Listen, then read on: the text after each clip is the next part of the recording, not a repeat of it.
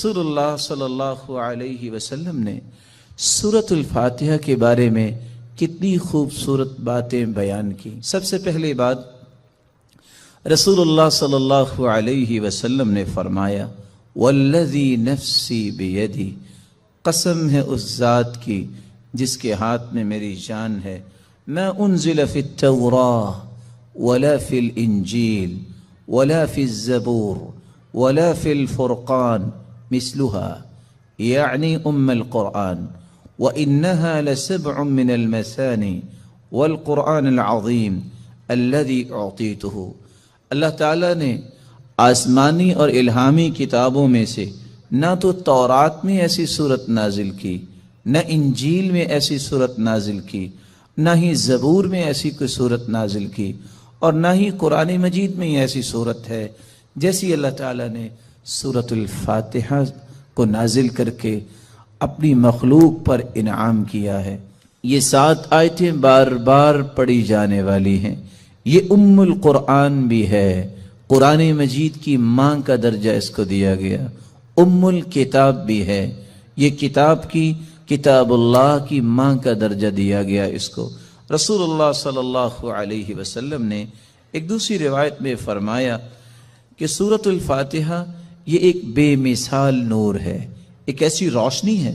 سیدنا عبداللہ ابن عباس رضی اللہ تعالی عنہ بیان کرتے ہیں، بینما جبریل قاعد عند النبی صلی اللہ علیہ وسلم سمع نقیضا من فوقه فرفع رأسه فقال، رسول اللہ صلی اللہ علیہ وسلم کے پاس جبریل امین تشریف فرما تھے، اچانک سے ایک آواز آئی۔ رسول اللہ صلی اللہ علیہ وسلم نے اپنا سر مبارک اٹھایا اور پوچھا یہ آواز کیسی ہے؟ تو جبریل امین نے جواب دیا، هذا باب من السماء فتح اليوم لم يفتح قط الا اليوم، آسمان کا یہ وہ دروازہ کھلا ہے جو آج تک نہیں کھلا تھا۔ فنزل منه ملک، اور اس دروازے سے ایک فرشتہ زمین کی طرف اترا ہے۔ فقال هذا ملک نزل الى الارض لم ينزل قط، پہلے نہیں اتارا گیا یہ فرشتہ الا اليوم، آج ہی اس کو اترنے کا حکم دیا گیا۔ فسلم، اور اس فرشتے نے اتر کر سلام کہا۔ وقال ابشر بنورین، اے اللہ کے محبوب 2 روشنیوں کے لیے، 2 روشنیاں اور 2 نوروں کے ساتھ آپ کو خوشخبری دینے آیا ہوں۔ اوتیتہما لم یؤتہما نبی قط قبلک، ایسے نور جو آپ سے پہلے کسی نبی کو عطا نہیں کیے گئے۔ فاتحۃ الکتاب، ایک سورۃ الفاتحہ ہے، وخواتیم سورۃ البقرہ، اور سورۃ البقرہ کی آخری آیات ہیں۔ لن تقرأ بحرف منہما الا اعطیت، سورۃ البقرہ کی آخری آیتیں اور سورۃ الفاتحہ کا کوئی بھی حرف آپ پڑھیں تو اللہ رب العزت اس ایک ایک حرف کے بدلے عطائیں کرتے ہیں، اور یہ روایت صحیح ترغیب میں موجود ہے۔ بلکہ رسول اللہ صلی اللہ علیہ وسلم نے اس سورت کی عظمت کو بیان کرتے ہوئے صحابہ کرام کو کتنی خوبصورت بات سمجھائی۔ صحیح بخاری کا وہ واقعہ کتنا مشہور ہے کہ جب صحابہ کرام بنی سلیم کے قبیلے میں پہنچے، جب پتہ چلا، ایک آنے والی عورت نے بتایا کہ ہمارے قبیلے کے سردار کو بچھو نے کاٹ لیا ہے، کیا آپ کے پاس کوئی ایسا شخص ہے جو شخص دم کر سکتا ہو؟ تو رسول اللہ صلی اللہ علیہ وسلم کے ایک صحابی جنہوں نے صرف سورۃ الفاتحہ تلاوت کی اور اس کو دم کر دیا، رسول اللہ صلی اللہ علیہ وسلم کے اس صحابی نے اس سورۃ الفاتحہ کو پڑھنے کے بعد جب دم کیا تو وہ شخص ایسی شفا کی طرف چلا گیا، وَكَأَنَّمَا نُشِطَ مِنْ عِقَالٍ، جیسے کوئی گرہ باندھی ہو کھول دی جائے۔ رسول اللہ صلی اللہ علیہ وسلم کے صحابہ نے کہا جب تک اللہ کے رسول سے بات نہ ہو جائے تو یہ انہوں نے جو 30 بکریاں بطور عوض اس کے دیا ہے، ہم اس وقت تک کوئی بات نہیں کریں گے۔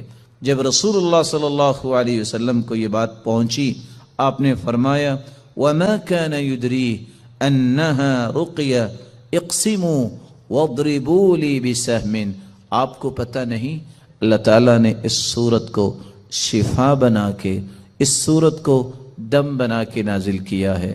اور یہی بات ابن القیم رحمۃ اللہ علیہ نقل کرتے ہیں کہ میں نے کتنے سفر کیے اور جب بھی میں بیمار ہوا تو میں نے اللہ کے پیارے پیغمبر کی اس بات پہ یقین کر کے دوائی نہیں لی، بلکہ سورۃ الفاتحہ پڑھتا اور میں دم کر لیتا اپنے آپ کو، اللہ رب العزت مجھے شفا یاب کر دیتے. سورۃ الفاتحہ یہ عظیم ترین سورت ہے. رسول اللہ صلی اللہ علیہ وسلم کے صحابی سیدنا ابو سعید بن معلی بیان کرتے ہیں، مر بی النبی صلی اللہ علیہ وسلم وانا اصلی، اللہ کے رسول صلی اللہ علیہ وسلم میرے پاس سے گزرے، میں نماز پڑھ رہا تھا، مجھے انہوں نے آواز دی، میں نے سلام پھیرا اور سلام پھیرنے کے بعد اللہ کے رسول صلی اللہ علیہ وسلم کی خدمت اقدس میں حاضر ہوا. آپ نے فرمایا میں نے آپ کو آواز دی، الم یقل اللہ یا ایھا الذین آمنوا استجیبوا للہ وللرسول. آپ نے اللہ کا یہ کلام نہیں سنا کہ جب اللہ اور اس کے رسول کی بات ہو تو اس بات کو فوراً مانو، لبیک کہو. کہا اللہ کے رسول صلی اللہ علیہ وسلم میں نماز پڑھ رہا تھا. پھر اللہ کے رسول صلی اللہ علیہ وسلم نے فرمایا الا اعلمک اعظم سورۃ فی القرآن قبل ان اخرج، کیا میں تمہیں قرآن مجید کی سب سے عظیم سورت نہ سکھا دوں اس سے پہلے کہ تم مسجد سے نکل جاؤ، اپنے گھر کو لوٹ جاؤ؟ میں نے کہا کیوں نہیں؟ تو رسول اللہ صلی اللہ علیہ وسلم نے جو سورت سکھائی، جو قرآن مجید کی عظیم ترین سورت ہے، وہ سورۃ الفاتحہ کی تعلیم دی. یہی وجہ ہے رسول اللہ صلی اللہ علیہ وسلم نے یہ فیصلہ سنا دیا، کاش اس فیصلے کو بھی امت مان لے. لا صلاۃ لمن لم یقرأ بفاتحۃ الکتاب، جو شخص نماز کے اندر سورۃ الفاتحہ نہیں پڑھتا اس کی نماز نہیں ہوتی، جیسا کہ صحیح بخاری کی روایت ہے.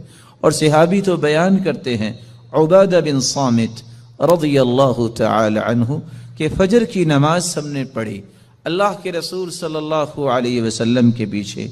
جب رسول اللہ صلی اللہ علیہ وسلم قرآن کی تلاوت کر رہے تھے، فثقلت علیہ القراءۃ، قرات آپ پہ بوجھل ہوئی. رسول اللہ صلی اللہ علیہ وسلم نے سلام پھیرا اور سوال کیا لعلکم تقرؤون خلف امامکم، کیا تم امام کے پیچھے بھی پڑھتے ہو؟ تو صحابہ کرام نے کہا جی ہاں. تو رسول اللہ صلی اللہ علیہ وسلم نے فرمایا لا تقرؤوا لا تفعلوا کما فی روایت اخری، دوسری روایت کے الفاظ ہیں لا تفعلوا الا بفاتحۃ الکتاب، امام کے پیچھے کھڑے ہو کر تم صرف سورۃ الفاتحہ پڑھا کرو.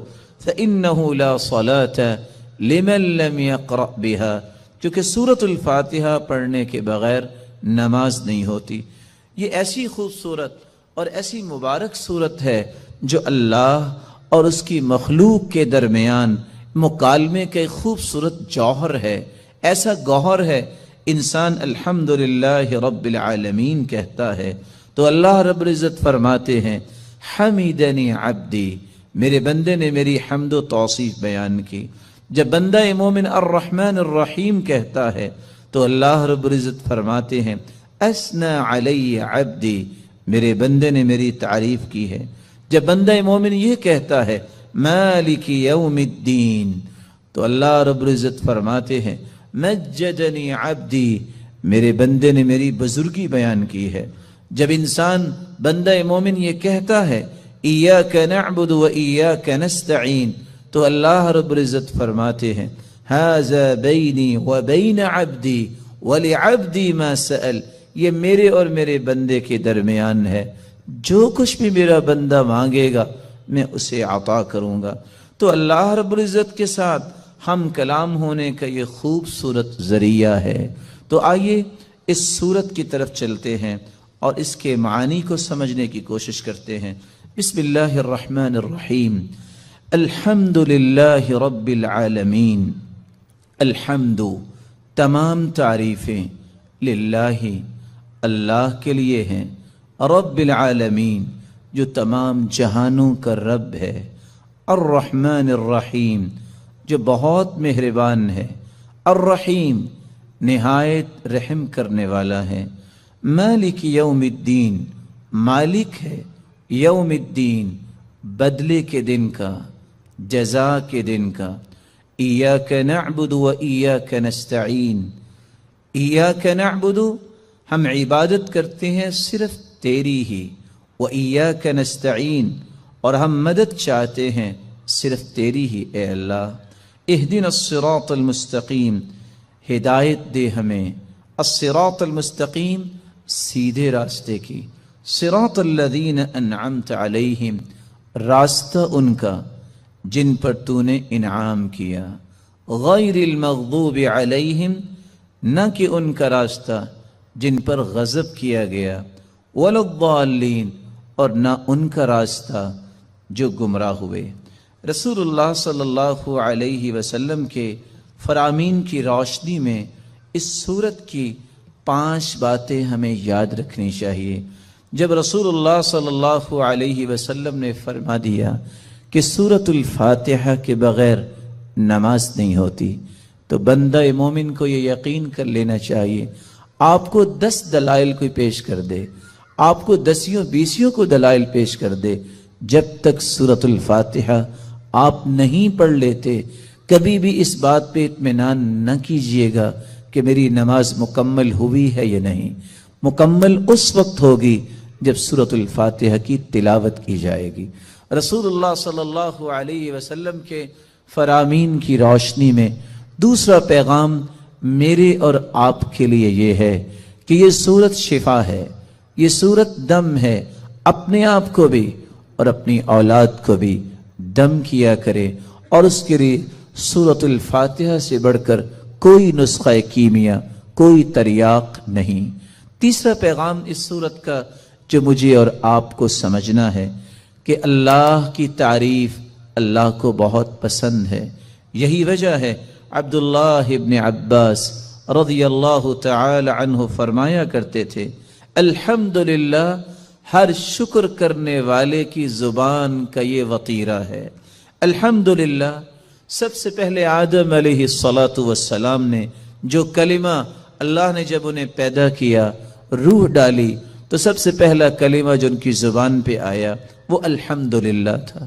نوح علیہ السلام نے بھی کہا فَقُلِ الْحَمْدُ لِلَّهِ الَّذِي نَجَّانَا مِنَ الْقَوْمِ الظَّالِمِينَ، اور ابراہیم علیہ السلام نے بھی یہی کہا الحمدللہ الذی وہب لی علی الکبر اسماعیل و اسحاق، اور داود اور سلیمان علیہ السلام کے قصے میں بھی یہی بات ملتی ہے، وقال الحمدللہ الذی فضلنا علی کثیر من عباده المؤمنین، اور اللہ رب العزت نے اپنے پیغمبر سے بھی مخاطب ہو کر فرمایا وَقُلِ الْحَمْدُ لِلَّهِ الَّذِي لَمْ يَتَّخِذْ وَلَدًا، اور اللہ رب العزت نے قرآن مجید میں اس بات کا تذکرہ کیا کہ جنتیوں کی زبان پہ بھی اگر کوئی بات ہوگی تو وہ یہی ہوگی الحمدللہ الذی اذهب عنا الحزن، اور وآخر دعواہم ان الحمدللہ رب العالمین۔ اور حدیث یہ بتاتی ہے اول من یدعا الی الجنہ الحمادون، سب سے پہلے اگر جنت کی طرف کسی کو آواز دی جائے گی، بلایا جائے گا، تو وہ لوگ ہوں گے الحمادون جو اللہ کی تعریفیں کرنے والے ہیں۔ اور اللہ کے رسول صلی اللہ علیہ وسلم کو قیامت کے دن جو جھنڈا دیا جائے گا لواء الحمد، وہ اللہ کی تعریف کا وہ پرچم ہوگا۔ آدم فمن سواہ تحت لوائی، رسول اللہ صلی اللہ علیہ وسلم نے فرمایا آدم سے لے کر قیامت تک آنے والی آدمیت بشمول انبیاء اور انسانیت میرے اس پرچم تلے ہوگی، اور اللہ کے رسول صلی اللہ علیہ وسلم کو مقام محمود عطا کیا جائے گا۔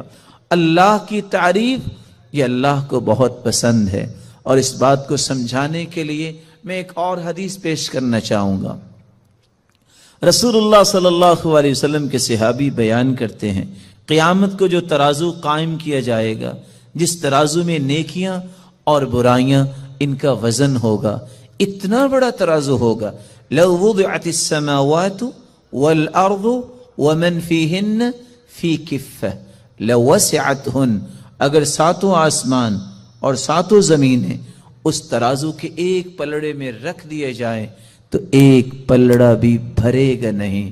لیکن اللہ کی تعریف کا کلمہ صحیح مسلم کی روایت کی روشنی میں والحمدللہ تملأ المیزان، جو اللہ کے فیصلوں پر خوش ہو کر اللہ کی تعریف کرتے ہوئے یہ کلمہ اپنی زبان پہ لے آتا ہے الحمدللہ، تو اس مبارک کلمے کی وجہ سے قیامت کے دن میزان کے دونوں پلڑے نیکیوں سے بھر جائیں گے، جبکہ ایک پلڑا 14 کے 14 طبق رکھ دینے سے بھی بھرے گا نہیں۔ اللہ رب العزت ہمیں اللہ کی کثرت سے تعریف کرنے اور اس کے ذکر کرنے کی توفیق عطا فرمائے۔ چوتھی نصیحت اور چوتھا پیغام اس سورت کا یہ ہے کہ ہم نماز کی ہر رکعت میں جب یہ کہتے ہیں ایاک نعبد و ایاک نستعین، اللہ تیری ہی عبادت کرتے ہیں اور مدد بھی تجھ ہی سے مانگتے ہیں، تو پھر کسی بندہ مومن کو اس بات کو بھلانا نہیں چاہیے۔ وہ زندگی کے ہر حصے میں یہی کہے میرا رکوع، میرا قیام، میرا سجدہ، میری دعا، میری نظر و نیاز اور میرا توکل، میری انابت، میرا رجوع، ہر وہ چیز جو عبادت بن سکتی ہے وہ صرف ایک اللہ کے لیے ہے، اس کو بھلائے نہیں، اور مدد مانگتے وقت بھی اس حدیث کو بھی نہ بھلائے اور اس اقرار کو بھی نہ بھلائے فَإِذَا اسْتَعَنْتَ فَاسْتَعِنْ بِاللَّهِ، جب بھی تم مدد طلب کرو تو اللہ سے مدد طلب کیا کرو۔ پانچواں پیغام جو بالکل بھلانے والا نہیں، اور یہ بہت خوبصورت پیغام ہے اس سورت کا، کہ جب ہم مانگتے اللہ تعالیٰ سے یہ ہیں کہ اللہ ہمیں صراط مستقیم نصیب فرما، اور یہ وہ صراط مستقیم ہے جو اللہ تعالیٰ نے اپنے انعام یافتہ لوگوں کو عطا کیا، اور انعام پانے والے لوگ کون ہیں؟ اولئک الذین انعم اللہ علیہم من النبیین والصدیقین والشہداء والصالحین۔ وہ انبیاء کا راستہ ہم مانگتے ہیں، صدیقین کا راستہ مانگتے ہیں، شہداء کا راستہ مانگتے ہیں، صالحین کا راستہ مانگتے ہیں۔ وحسن اولئک رفیقا، ان سے بڑھ کے خوبصورت رفاقت کس کی ہو سکتی ہے؟ اتنی سعادت کہ ہم مانگتے ہیں اے اللہ قیامت کے دن انبیاء کی صف میں ہمیں بھی کھڑا فرما، شہداء، صالحین اور نیک لوگوں کا ساتھ نصیب فرما، لیکن ساتھ اس بات کا مطالبہ کرتے ہیں اللہ ہمیں یہودیوں کا راستہ، عیسائیوں کا راستہ، مغضوب علیہم یہود ہیں، الضالین عیسائی ہیں، وہ لوگ جن پہ اللہ کا غضب ہوا کیونکہ انہوں نے اللہ کی کتاب کو ٹھکرا دیا اور علم سیکھنے سے ہی اپنے آپ کو دور رکھا۔ عیسائیوں کو کیوں ضالین کہا گیا؟ یہ کیوں گمراہ ہیں؟ پڑھنے کے باوجود انہوں نے عمل کرنا پسند نہیں کیا۔ اس لیے ہم راستہ مانگتے ہیں اللہ تعالیٰ سے انبیاء اور شہداء اور صالحین اور صدیقین کا، جن کو علم سے محبت تھی، جن کو اللہ کا تقرب حاصل کرنے کا ذوق اور شوق تھا۔ یہی وجہ ہے کہ حکم آ گیا کہ جب تم وللضالین امام کہتا ہے تو تم آمین کہا کرو، اللہم استجب دعاءنا، اے اللہ ہماری دعا کو قبول فرما۔